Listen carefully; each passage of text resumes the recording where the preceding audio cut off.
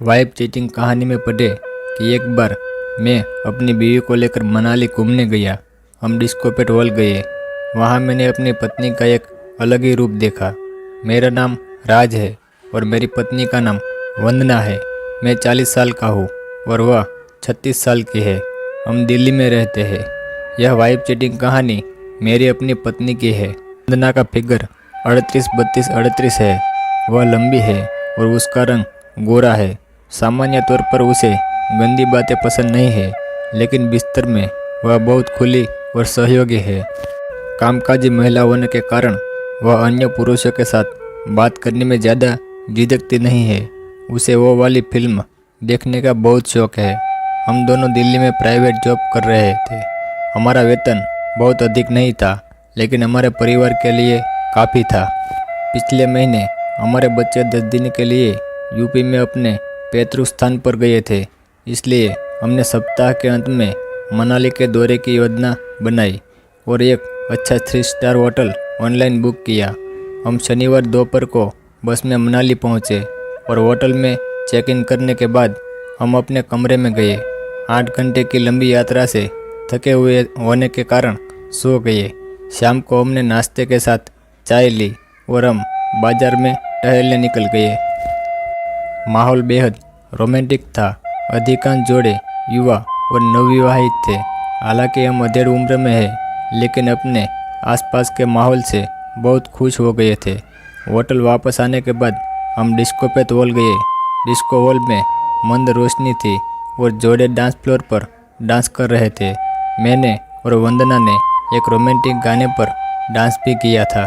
Dance के बाद वह बहुत अच्छा महसूस कर रही थी। क्योंकि डांस फ्लोर पर भीड़-भाड़ थी, इसलिए डांस के दौरान उसे कुछ अन्य डांसिंग पुरुषों ने उसको छुआ था, लेकिन उसने इसे नज़रअंदाज कर दिया।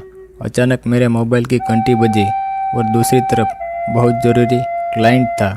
उसकी समस्या का समाधान करने के लिए मुझे 15 मिनट के लिए अपने कमरे में जाना पड़ा। इसलिए मैंने वंदना को नृत्य का आनंद लेने के लिए कहा और कहा कि मैं कुछ समय में वहाँ वापस आ जाऊँगा। मैं वापस कमरे में आया और अपना काम शुरू किया। समय लग रहा था, इसलिए मैंने वंदना को बता दिया था कि मैं आधे घंटे में वापस नहीं आ पाऊँगा। मेरा काम 1 घंटे में पूरा हुआ और मैं डिस्को हॉल में वापस चला गया। अब रोशनी मंद थी और एक बहुत ही रोमांटिक गाना बज रहा था। कपल अपने पार्टनर के बेहद करीब डांस कर रहे थे। मैं अपनी पत्नी की तलाश कर रहा था, लेकिन वह वहाँ नहीं थी। अचानक मैंने हॉल के दूर कोने में वंदना को एक सुंदर पुरुष के साथ नाचते हुए देखा। नृत्य के दौरान कभी कभी दोनों भी टच कर रहे थे। मेरी बीबी बहुत ही हसीन लग रही थी। मैंने उसके बारे में अधिक स्पष्ट दृष्टिकोण लेने के लिए करीब जाने की कोशिश की, लेकिन कुछ सोचकर मैंने और करीब जाने का विचार छोड़ दिया और एक मेज पर बैठ गया जहाँ मैं खुद को छुपा सकता था और उस व्यक्ति के साथ वंदना को देख सकता था। मैंने ड्रिंक्स का ऑर्डर दिया और वेटर परोसने के लिए आया। जब उसने मुझे नाचते हुए जोड़े को देखते हुए देखा तो वह मुस्कुराया और मुझसे कहा, यह आदमी मनाली का बहुत शक्तिशाली व्यक्ति है। वह इस होटल और अन्य होटलों के भागीदार है। वह अक्सर यहाँ आता है और रोजाना किसी न किसी खूबसूरत महिला को फंसाता है। अब यह महिला आज रात इस शख्स से बुरी तरह फंसने वाली है। मैंने वेटर से पूछा, यह महिला शादीशुदा लग रही है और उसका पति होटल में कहीं हो सकता है। यदि वह अपनी पत्नी को किसी अन्य व्यक्ति के साथ पाता है तो वह एक समस्या पैदा कर सकता है। वेटर फिर मुस्कुराया और मुझसे कहा, सर, जैसा कि मैं पहले ही बता चुका हूँ, वह आदमी मिस्टर रंजीत बहुत शक्तिशाली और ख़तरनाक है। अब न तो यह महिला उसे मना कर सकती है और ना ही उसका पति उसे अपनी पत्नी को कमरे में जाने से रोक सकता है। नहीं तो पति पत्नी दोनों ही बड़ी मुसीबत में पड़ सकते हैं। यह सुनकर मुझे बहुत घबराहट हुई, लेकिन मैंने वंदना और मिस्टर रंजीत के बीच दखल न देने का फैसला लिया। मैंने वेटर से पूछा, यह आदमी शादीशुदा महिलाओं को उनके पतियों की मौजूदगी में कैसे फंसाता है? वेटर फिर मुस्कुराया और मुझे अपने मोबाइल में एक वीडियो क्लिप दिखाई। इस वीडियो क्लिप में मेरी पत्नी वंदना एक मेज पर अकेली बैठी थी और दूसरे जोड़ों का नृत्य देख रही थी। कुछ मिनटों के बाद एक सुंदर अधेड़ उम्र का आदमी उसकी मेज के पास आया और वंदना से उसके साथ बैठने की अनुमति मांगने लगा। वह उसे एक प्यारी सी मुस्कान के साथ अनुमति देती है और वह मेरी पत्नी वंदना के पास एक कुर्सी पर बैठ गया। अब दोनों में कुछ बातें होने लगी थी। रंजीत डांस करने वाले जोड़ों की ओर इशारा करते हुए वंदना को कुछ कह रहा था और वह मुस्कुराकर सिर हिला रही थी। कुछ मिनट के बाद दोनों एक दूसरे के साथ काफ़ी कंफर्टेबल नजर आते हैं। वंदना उस आदमी की संगीत का लुत्फ उठा रही थी। अब रंजीत एक वेटर को बुलाता है और कुछ ऑर्डर करता है। इस बीच उनकी बातचीत जारी रही। अब वह अपनी कुर्सी वंदना की कुर्सी के पास ले आया और वंदना के कान के पास मुंह लाकर कुछ कहने लगा। उसकी बात सुनकर वंदना ने अपनी आंखें नीची कर ली और अपना सिर हिला दिया। नीचे ही उसने वंदना को कुछ शरारती और फड़फड़ाने वाली बातें कह दी थी, जिससे वंदना को शर्मिंदगी महसूस होती है। अब वेटर वापस परोसने के लिए आता है। उसने कुछ स्नैक्स परोसे। उनकी बातचीत जारी रही, लेकिन अब बातचीत के दौरान रंजीत ने वंदना की कमर पर हाथ रखा और सहलाने लगा। वंदना ने इस पर गौर किया, लेकिन विरोध नहीं किया। स्नैक खत्म करने के बाद रंजीत ने वंदना के कान में कुछ कहा। वंदना नटखट मुस्कान के साथ उठ जाती है और दोनों डांस फ्लोर पर चले जाते हैं। दोनों नाचने लगते हैं। रंजीत ने वंदना की कमर पर हाथ रखा और उसे अपने पास ले आया और एक रोमांटिक गाने पर नाचने लगा। डांस के दौरान कभी कभी वंदना के सीने को छू जाते थे।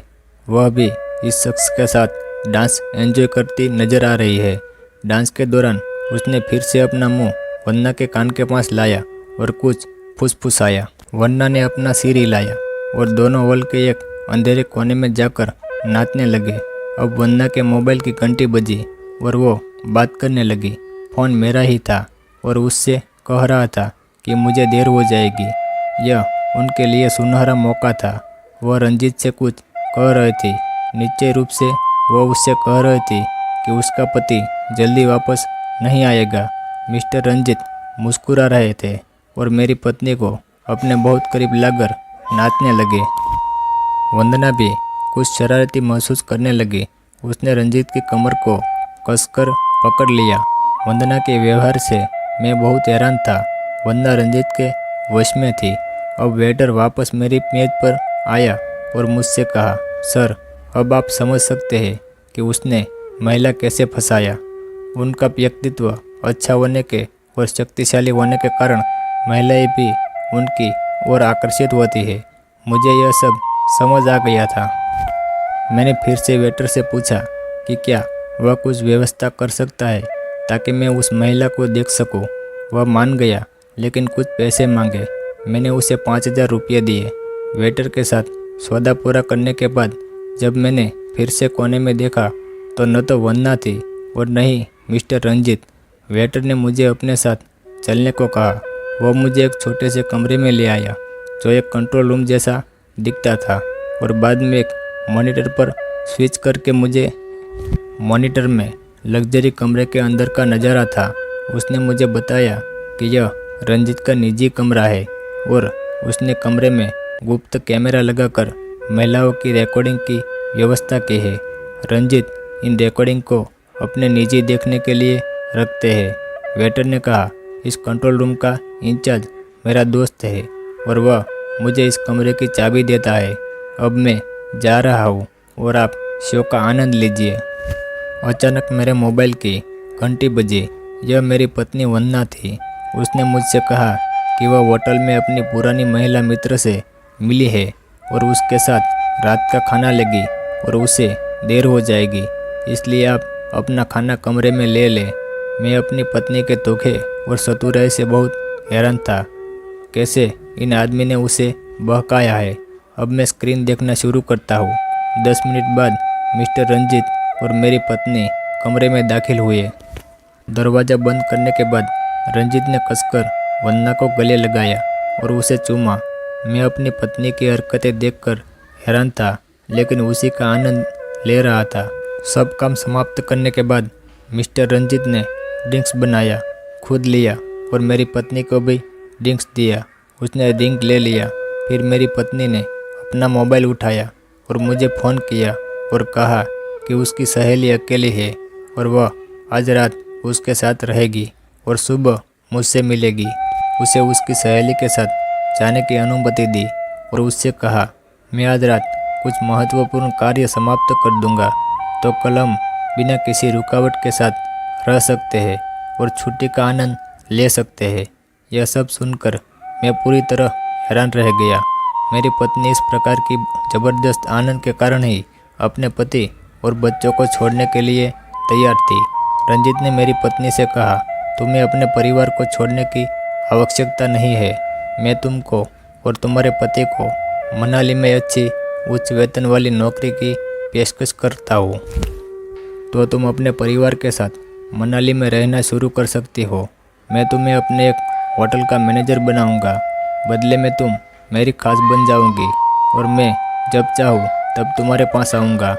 मेरी पत्नी ने रंजीत के इस प्रस्ताव को स्वीकार कर लिया। मैं अपनी पत्नी के व्यवहार से बहुत हैरान था, लेकिन वास्तव में मैंने भी शो का आनंद लिया था, इसलिए स्थिति से समझौता करने ही बेहतर होगा।